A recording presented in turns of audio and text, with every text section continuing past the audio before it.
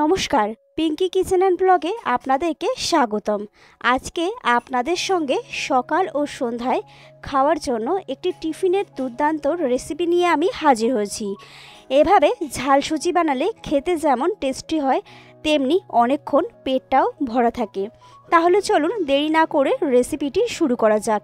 তো এটি বানানোর জন্য আমি প্রথমে ঠিক এইরকম একটা সাইজের বাটির এক বাটির একটু কম সুজি নিয়ে নিয়েছি। এখানে 200 গ্রাম সুজি রয়েছে। এরপর সুজিটাকে শুকনো কড়াইতেই নাড়াচাড়া করে খুব ভালোভাবে ভেজে নিতে হবে। ব্রাউন কালার হয়ে আসা পর্যন্ত কন্টিনিউ নাড়াচাড়া করে নিতে হবে, না হলে কড়াইয়ের তলায় লেগে যাবে। তার জন্য সমানভাবে নাড়াচাড়া করে এটাকে হালকা থেকে ডিপ ব্রাউন করে ভেজে নিতে হবে। তো আপনারা মিডিয়াম ফ্লেমেও রাখতে পারেন কিংবা ফুল হিটেও রাখতে পারেন, কিন্তু সমান নাড়াচাড়া করে ভেজে নিতে হবে। তো এখানে দেখুন নাড়াচাড়া করতে করতে কালারটা একটু পরিবর্তন হয়ে গেছে, মানে হালকা করে এখানে ভাজা হয়ে গেছে। আরও কিছুক্ষণ এটাকে ভেজে নামিয়ে নেব। তো মোটামুটি 3 থেকে 4 মিনিট সময় লেগেছে আমার এই সুজিটা ভাজা হতে। এই রেসিপিটি খেতে অসাধারণ লাগে। আপনারা বিভিন্ন রকম সবজি দিয়ে এটা বানাতে পারেন। আমি আজকে আলু দিয়ে বানিয়ে আপনাদের সঙ্গে শেয়ার করছি। তো দেখুন মোটামুটি এখানে ভাজা হয়ে গেছে, সুন্দর একটা দেখুন কালার এখানে চলে এসেছে। এরপর গ্যাসটাকে এবার অফ করে দেব, দিয়ে কড়াইয়ের যে গরমটা রয়েছে তাতে কিন্তু সুজিটা পুরোপুরি আমার ভেজে নেওয়া হয়ে যাবে। তো গ্যাসটাকে অফ করে দিয়েছি, এখানে মোটামুটি রেডি হয়ে গেছে। এরপর একটা পাত্রের মধ্যে সুজিটাকে আমি ঢেলে নেব। তো 3টে বড় সাইজের আলু আমি এখানে কুচিয়ে নিয়েছি। দেখুন লম্বা লম্বা করে, ঠিক যেমন আমরা আলু ভাজা করি সেই রকমভাবে কুচিয়ে নিয়েছি। এরপর কড়াইতে দিয়ে দিচ্ছি আমি কিছুটা পরিমাণে সাদা তেল। তেলটা ভালো মতো গরম করে নেব। তারপর তেলের মধ্যে ফোড়ন দিয়ে দেবো এখানে সাদা জিরে। দেওয়ার পর জিরেটা যখন একটু ভাজা ভাজা হয়ে আসবে, তখন এর মধ্যে যে আলুগুলোকে আমি কুচিয়ে রেখেছি সেই আলুটাকে এর মধ্যে দিয়ে দেব। এরপর আবারও খুব ভালোভাবে এখানে খুন্তি দিয়ে নাড়াচাড়া করে নেব কিছুক্ষণের জন্য। প্রথমে তেলের মধ্যে দিয়ে হালকা লালচে কালার হয়ে আসা পর্যন্ত আলুটাকে পুরোপুরি ভেজে নেব। তো এই সময় আপনারা যদি অন্যান্য সবজি দিতে চান, সেক্ষেত্রে একটার পর একটা সবজি দিয়ে এখানে গাজর, বিনস, ক্যাপসিকাম সেগুলোও ব্যবহার করতে পারেন। তো এরপর আলুটাকে খুব ভালোভাবে যখন ভেজে নেওয়া হয়ে যাবে, এর মধ্যে দিয়ে দেব স্বাদ মতো লবণ এবং হলুদ। তো কালারটা দেখুন এখানে বেশ পরিবর্তন হয়ে গেছে। সেই পর্যায়ে দিয়ে দিলাম এখানে স্বাদ মতো লবণ। আপনারা যেরকম লবণ খেতে পছন্দ করেন সেই অনুপাতে রান্নায় লবণ ব্যবহার করবেন। দিয়ে দিলাম হাফ চামচ হলুদ গুঁড়ো। এরপর আবারও এখানে লবণ হলুদটাকে খুব ভালোভাবে মিক্সড করে নেব। মিক্সড করে নেওয়া হয়ে গেলে মোটামুটি 80% মতো আলুটাকে আমি ভেজে নেব। তারপর এর মধ্যে আমি ভেজে রাখা সুজিটাকে অ্যাড করব।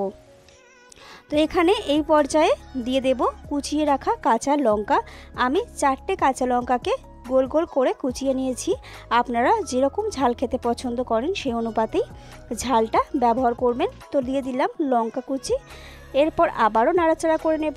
আর এই সময় দেখে নেব যে আলুটা 80% মতো সেদ্ধ হয়ে এসেছে কিনা। তো মোটামুটি কিন্তু আলুটা সেদ্ধ হয়েই এসেছে। দেখুন এটা সেদ্ধ হয়ে গেছে। এর থেকে বেশি গলিয়ে দিলে তারপরে পুরোপুরি আলুটা গলে যাবে, এর থেকে বেশি আর কিন্তু ভাজা যাবে না। এই সময় এর মধ্যে সুজিটাকে অ্যাড করে দিতে হবে। তো দিয়ে দিলাম এখানে ভেজে রাখা সুজি। এরপর আবারও খুব ভালোভাবে সুজিটা দেওয়ার পর মিক্সড করে নেব সুজিটাকে খুব ভালোভাবে। আগে আলুর সাথে সুজিটাকে মিক্সড করে নেবেন, তারপর এর মধ্যে জল অ্যাড করবেন। তো যে বাটিটা মেপে আমি জল দিয়েছিলাম, ঠিক যতটা সুজি আপনারা দেবেন, যে পাত্র মেপে দেবেন সেই পাত্রের হাফ জল দেবেন। যতটা সুজি তার হাফ জল অবশ্যই দিতে হবে। তো হাফ বাটির একটু কম জল আমি দেব, যেহেতু পুরোপুরি এক বাটি ছিল না সুজিটা। তো এখানে মোটামুটি খুব ভালোভাবে মিক্সড করে নেওয়া হয়ে গেছে। এরপর আমি জলটাকে দিয়ে দেব। জলটা কিন্তু অবশ্যই বুঝে দিতে হবে। দেখুন হাফ বাটিরও কম একটু জল আমি এর মধ্যে দিয়ে দিলাম। আর এই সময় গ্যাসের ফ্লেমটা একদম ফুল করে দেব। তো জলটা অবশ্যই বুঝে দিতে হবে। জল যদি কম হয়ে যায় তাহলে সুজিটা খেতে ভালো লাগবে না, শক্ত ভাব থাকবে। আবার যদি বেশি হয়ে যায় তাহলে সুজিটা ঝরঝরে হবে না, দলা পাকিয়ে যাবে। তার জন্য জলটা একটু অবশ্যই বুঝে দিতে হবে। তো একটা মাপ করে অবশ্যই জলটা দেবেন। তো এরপর কন্টিনিউ নাড়াচাড়া করে সুজিটা ঝুরু ঝুরু হয়ে যাওয়া পর্যন্ত সমান নাড়াচাড়া করে নিতে হবে এখানে। তো এই সময় আপনারা যারা একটু মিষ্টি খেতে পছন্দ করেন তারা এখানে চিনি অ্যাড করতে পারেন। আমি চিনিটা অ্যাড করব না, ওটাকে আজকে স্কিপ করে যাব। আর এই সময় লবণটা অবশ্যই টেস্ট করে নেবেন। যদি লবণ কম থাকে তো সেক্ষেত্রে একটু লবণ দিয়ে নিতে পারেন। তো আবারও এখানে খুব ভালোভাবে নাড়াচাড়া করে নিচ্ছি। দেখুন এটা মোটামুটি কিন্তু একটা ঝুড়ো ঝুড়ো ভাব হয়ে এসেছে। তো এরপর আমি এর মধ্যে দিয়ে দেব কুচিয়ে নেওয়া ধনেপাতা। আমি অল্প একটু ধনেপাতা কুচিয়ে নিয়েছি, সেটা এরপর লাস্ট পর্যায়ে এর মধ্যে অ্যাড করে দেবো। তো খুব ভালোভাবে এখানে আমি সমান নাড়াচাড়া করে নিয়েছি। আর লক্ষ্য করলে বুঝতে পারবেন কড়াইতে একটুও লেগে যায়নি, এটা বেশ ঝুড়ো ঝুড়ো হয়েছে। এরপর দিয়ে দিচ্ছি এখানে আমি ধনেপাতা কুচি। আর এই ধনেপাতা কুচি দেওয়ার পর ধনেপাতাটাকে খুব ভালোভাবে মিশিয়ে নেব। আর মিশিয়ে নেওয়া হয়ে গেলেই এটা একদমই রেডি হয়ে যাবে। আর এই ঝাল সুজি গরম গরমই খেতে হবে, এটা কিন্তু গরম গরম খেতেই বেশি ভালো লাগে। তো দেখুন দুর্দান্ত একটা কালার চলে এসেছে আর দেখতেও অসাধারণ লাগছে।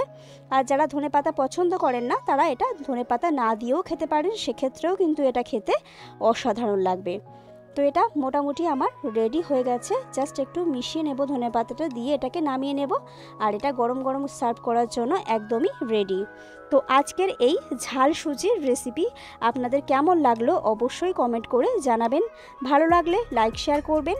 আর আমার চ্যানেলে যারা নতুন তারা অবশ্যই আমার চ্যানেলটিকে সাবস্ক্রাইব করে দিয়ে পাশে থাকবেন। চলুন আজকের মতো টাটা, দেখা হচ্ছে পরের কোনো ভিডিওতে। ততক্ষণ ভালো থাকবেন, সুস্থ থাকবেন। আর অবশ্যই একবার হলেও এইভাবে বাড়িতে ঝাল সুজি বানিয়ে খাবেন, আশা করছি আপনাদেরও ভীষণ ভালো লাগবে।